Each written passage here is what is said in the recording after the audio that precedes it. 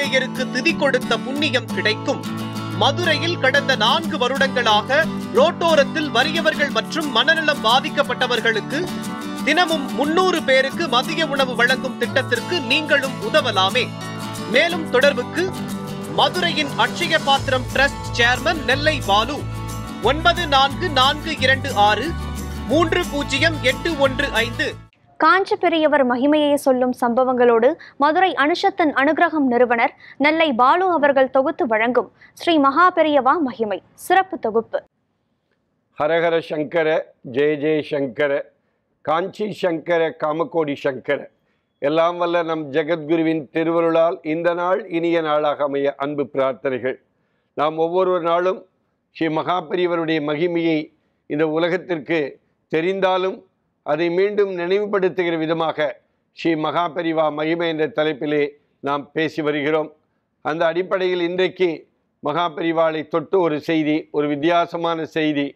இன்றைக்கு உலகத்தில் வாழ்ந்த சன்னியாசிகளில் சொல்லும் செயலும் ஒன்றுபட்ட ஒரு அற்புதமான சன்னியாசியாக 13 வயதிலே பட்டம் மேற்கொண்டு 87 வருட காலம் சன்னியாசியாக வாழ்ந்து இந்த உலகத்திற்கு அற்புதமான உபதேசங்களை தெய்வத்தின் குரல் மூலமாக உபதேசித்த மகா பெரியவாளை ஒரு முறை நாட்டுக்கோட்டை என்று அழைக்கப்படுகிற செட்டிநாட்டை சார்ந்த நகரத்தார் சமூகத்தை சார்ந்த ஒரு அன்பர் தன்னுடைய குழந்தையோடு பார்க்க வருகிறார், தரிசிக்க வருகிறார்.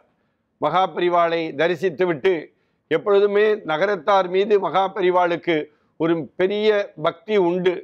ஏனென்றால் இன்றைக்கு ஆன்மீக காரியங்களுக்கும் சமூக சேவை போர்ந்த காரியங்களுக்கும் நகரத்தார் போன்று இன்றைக்கு உலகத்தில் யாரும் செய்ததாக சரித்திரம் கிடையாது.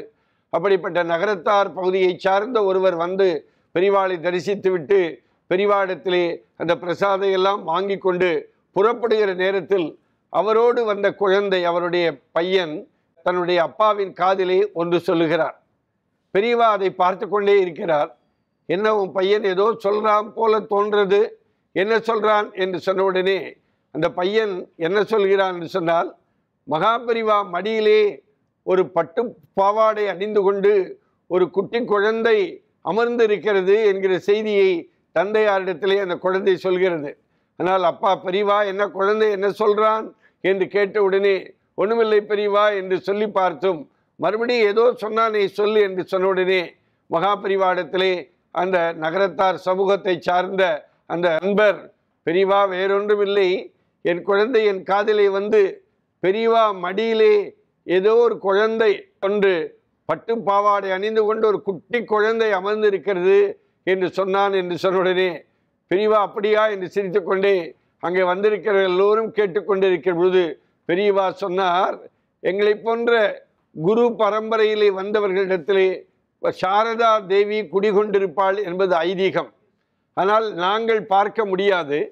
ஆனால் யாராவது பார்த்தால், ஒருவேளை அந்த பார்க்கிறவன் குழந்தையாக இருந்தாலும் யாராக இருந்தாலும் அந்த கண்ணுக்கு இந்த குழந்தை தெரிகிறது என்று சொன்னால் அந்த குழந்தை பின்காலத்திலே குபேரனாக வருவான் என்று பெரியவா சொன்ன உடனே இவர் சாதாரண நிலையிலே இருக்கிற நகரத்தார் சமூகத்தை சார்ந்த ஒரு அன்பர் இப்படி சொன்ன உடனே பெரியவா சொன்ன உடனே, பெரியவா சொன்னால் எப்போதுமே அது பெருமாள் சொன்ன மாதிரி என்பது தெரியும். இருந்தாலும் அந்த தந்தையாராலே அதை நம்ப முடியவில்லை.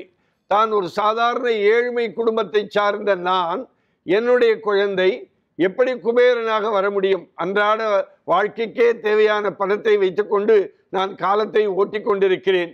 என் வாழ்க்கை வளமாக இருக்க வேண்டும் என்பதற்காக பெரியவாள் தரிசனத்திற்காக வந்தபோது உன் பையன் குபேரனாக வருவான் என்று பெரியவா சொன்ன உடனே அவரால் நம்ப முடியவில்லை.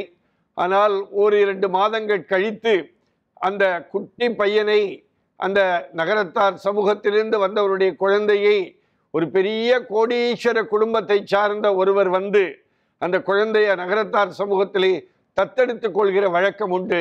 அந்த கோடீஸ்வர குடும்பத்தை சார்ந்த பல கோடி ரூபாய்க்கு மேல் இருக்கிற தங்க வைர வைடூரியங்கள் எல்லாம் கொட்டி கிடக்கிற ஒரு குடும்பத்தை சார்ந்த ஒருவர் வந்து அந்த குழந்தையை தத்தெடுத்து கொண்டு போனான். பிற்காலத்திலே அந்த குழந்தை மகா பெரியவா சொன்னது போல ஒரு மிகப்பெரிய குபேரன் குடும்பத்திலே வந்து இவனும் பிற்காலத்திலே ஒரு மிகப்பெரிய குபேரனாக வாழ்ந்தான் என்பது சரித்திரம் சொல்லுகிறது. அந்த அடிப்படையில் மகா பெரியவாளுக்கு தன் முன்னால் வருகிறவர்கள் பற்றி அனைத்துமே தெரியும். தான் பல நேரங்களில் தன்னை தாழ்த்தி கொண்டு இந்த உலகத்திற்கு ஒரு அற்புதமான உபதேசங்களை சொன்ன மகா பெரிவாளுடைய வாழ்க்கையில் நடந்த இந்த சம்பவம். அவர் சித்து செய்ய மாட்டார், ஆனால் பெரிவாளுக்கு எல்லாம் தெரியும், அந்த உலகத்தில் நடப்பவர்கள் எல்லாமே தெரியும். அப்படிப்பட்ட மகா பெரிவாள் ஒரு குபேரனாக வருவான் என சொன்ன செய்தியை இன்றைக்கு நினைத்து பார்க்கிறது. பெரிவாளுடைய மகோன்னதமான சிந்தனைகள் எல்லாம் நமக்கு தெரிய வருகிறது. ஹரஹர சங்கர, ஜெய ஜெய சங்கர, காஞ்சி சங்கர, காமகோடி சங்கர.